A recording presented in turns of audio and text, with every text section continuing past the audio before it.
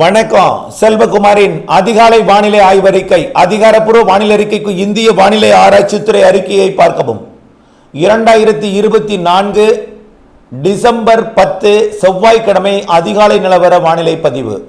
வங்கக்கடலில் உருவாகியிருந்த காற்றழுத்த தாழ்வு பகுதி தொடர்ந்து மேற்கு நோக்கி நகர தொடங்கிவிட்டது. எதிர்பார்த்தது போலவே இனிமேல் நேர் மேற்கு நோக்கி வந்து வரக்கூடிய 12, 13ஆம் தேதி டெல்டா மாவட்டங்கள் மற்றும் பாக் ஜலசந்தி அருகே நிலை வரும் என்று எதிர்பார்க்கப்படுகிறது.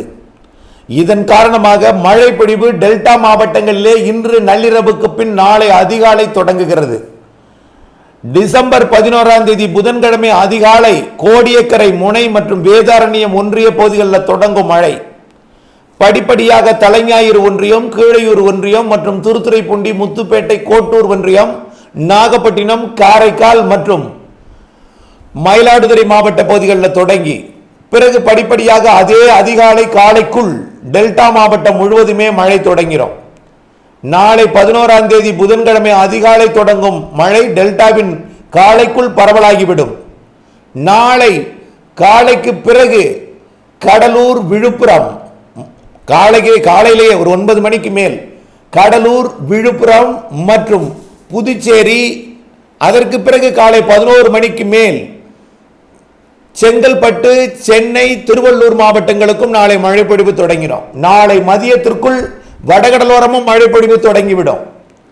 பிறகு இந்த நிகழ்வு மெல்ல மேற்கு நோக்கி நகர நகர நகர நாளைய மழை பொழிவு படிப்படியாக ராமநாதபுரம், புதுக்கோட்டை மற்றும் அரியலூர், பெரம்பலூர், திருச்சி, கள்ளக்குறிச்சி, திருவண்ணாமலை மற்றும் விழுப்புரம் மாவட்டத்தின் உள்பகுதி, கடலூர் மாவட்டத்தின் உள்பகுதிக்கும் மழை பொழிவு தொடங்கும். பிறகு படிப்படியாக திருப்பத்தூர், வேலூர், ராணிப்பேட்டைக்கும் மழை பொழிவு தொடங்கும். 12ஆம் தேதி நாளைய மறுதினம் வியாழக்கிழமை கர்நாடக எல்லையோரம் வரைக்கும், கேரள எல்லையோரம் வரைக்கும் மழை பொழிவு தொடங்கிவிடும். அதே நேரத்தில் டெல்டா மாவட்டத்தில் தீவிர மழை பொழிவை வரக்கூடிய 12ஆம் தேதி வியாழக்கிழமை கொடுக்கும் என்று எதிர்பார்க்கப்படுகிறது. தொடக்கம் வடகடலோரம் டெல்டாவாக இருந்தாலும் கடலூருக்கும் ராமநாதபுரத்திற்கும் இடைப்பட்ட ராமநாதபுரம், புதுக்கோட்டை, தஞ்சாவூர், திருவாரூர், நாகப்பட்டினம், காரைக்கால், மயிலாடுதுறை மற்றும் கடலூர், அரியலூர் மற்றும் திருச்சி, பெரம்பலூர் வரைக்கும் இந்த மேற்கண்ட மாவட்டங்களில் அறிவிக்கப்பட்ட மாவட்டங்களிலே தான் அதீத மழைப்பொழிவு கொடுப்பதற்கு சாதகம் இருக்கிறது. இந்த நிகழ்வு 12ஆம் தேதி பாக் ஜலசந்திக்குள் நுழைந்து டெல்டா மாவட்டங்களுக்கு தெற்கு புறமாக நுழையும் பொழுது டெல்டா மாவட்டங்களுக்கும் தென் மாவட்டங்களுக்கும் மழை பொழிவு அதிகரிக்கும். அதே நேரத்தில் மேற்கு தொடர்ச்சி மலை மாவட்டங்களுக்கும் கர்நாடக எல்லையோரம் வரைக்கும் மழை பொழிவு தொடங்கி தீவிரமடையும். கடலூருக்கு வடக்கே அளவான மழை பொழிவை கொடுக்கும். ஏற்கனவே வெள்ளம் பாதித்திருக்கக்கூடிய மாவட்ட மக்களுக்கு அச்சுறுத்தலை மட்டும் கொடுத்துவிட்டு, அளவான மழை பொழிவை கொடுத்துவிட்டு, பெரிய அளவிலே ஒரு பாதிப்பு இல்லாமல் மழை பொழிவு டெல்டா மாவட்டங்களுக்கும் தென் மாவட்டங்களுக்கும் மேற்கு தொடர்ச்சி மலை மாவட்டங்களுக்கும் மேற்கு மாவட்டங்களுக்கும் மழை முன்னேறும்.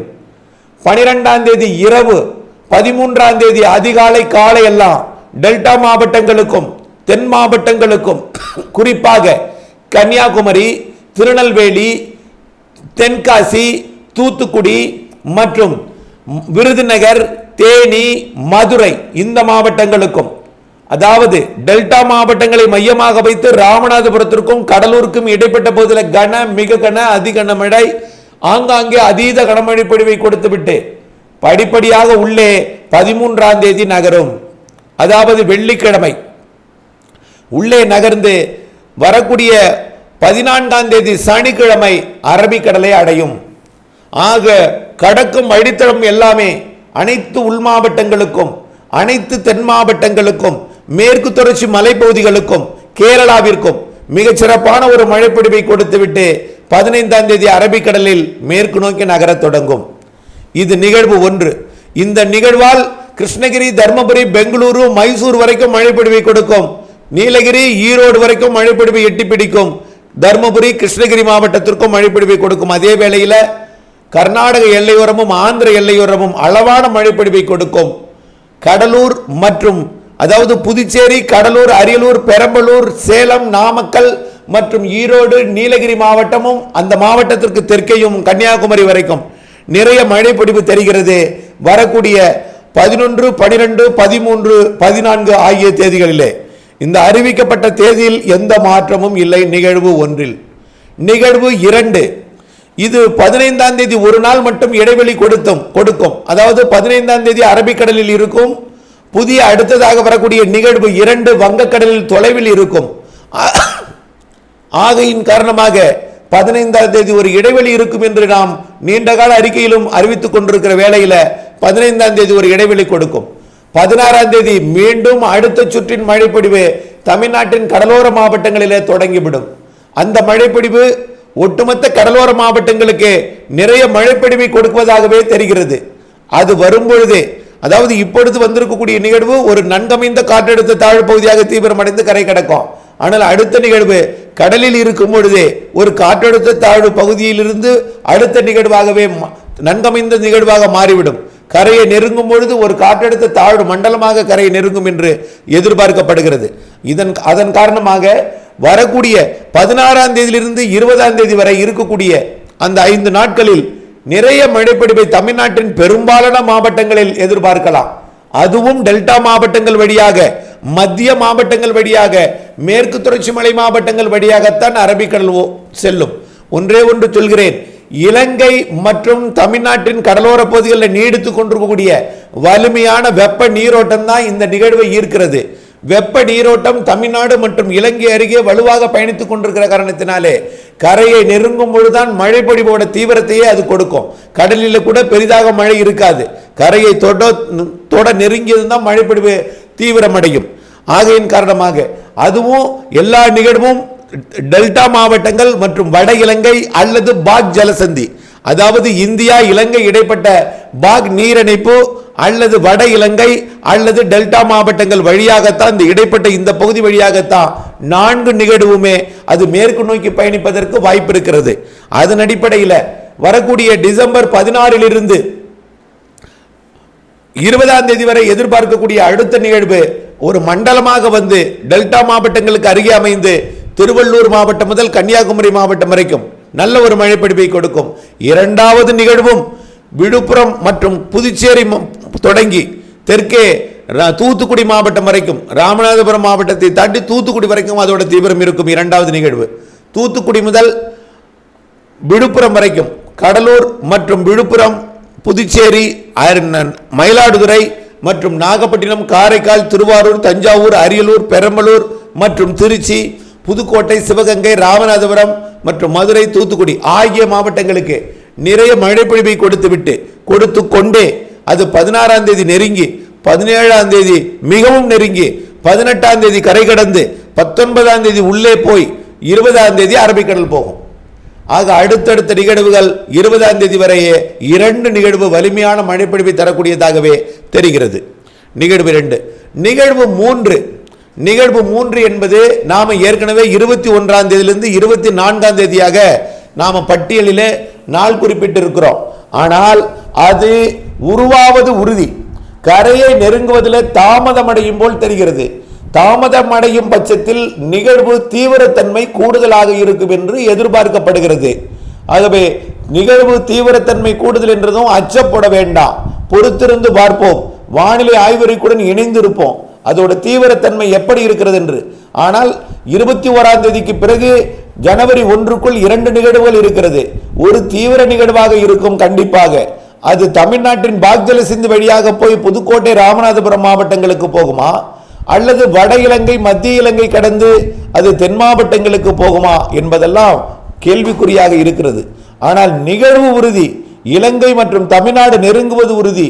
கரை கடக்கும் மாவட்டம் உறுதி செய்த பிறகு அதை அறிவிக்கிறேன். ஆனால் 3வதாக 21ஆம் தேதிக்கு மேல் வரக்கூடிய கிறிஸ்துமஸை ஒட்டி வரக்கூடிய நிகழ்வு கடலிலேயே ஒரு புயலாக மாறிவிடும் என்று எதிர்பார்க்கப்படுகிறது. புயலாக மாறி தமிழ்நாடு கரையா அல்லது இலங்கை கடந்து தமிழ்நாடு கரையா, அதாவது இலங்கை கடந்தால் தென் மாவட்ட கரை, இலங்கை கடக்காமல் கலைந்தால் தமிழ்நாட்டின் கரை. ஆனால் எது எப்படியோ நிகழ்வு சற்று தீவிரமாகவே இருக்கும்.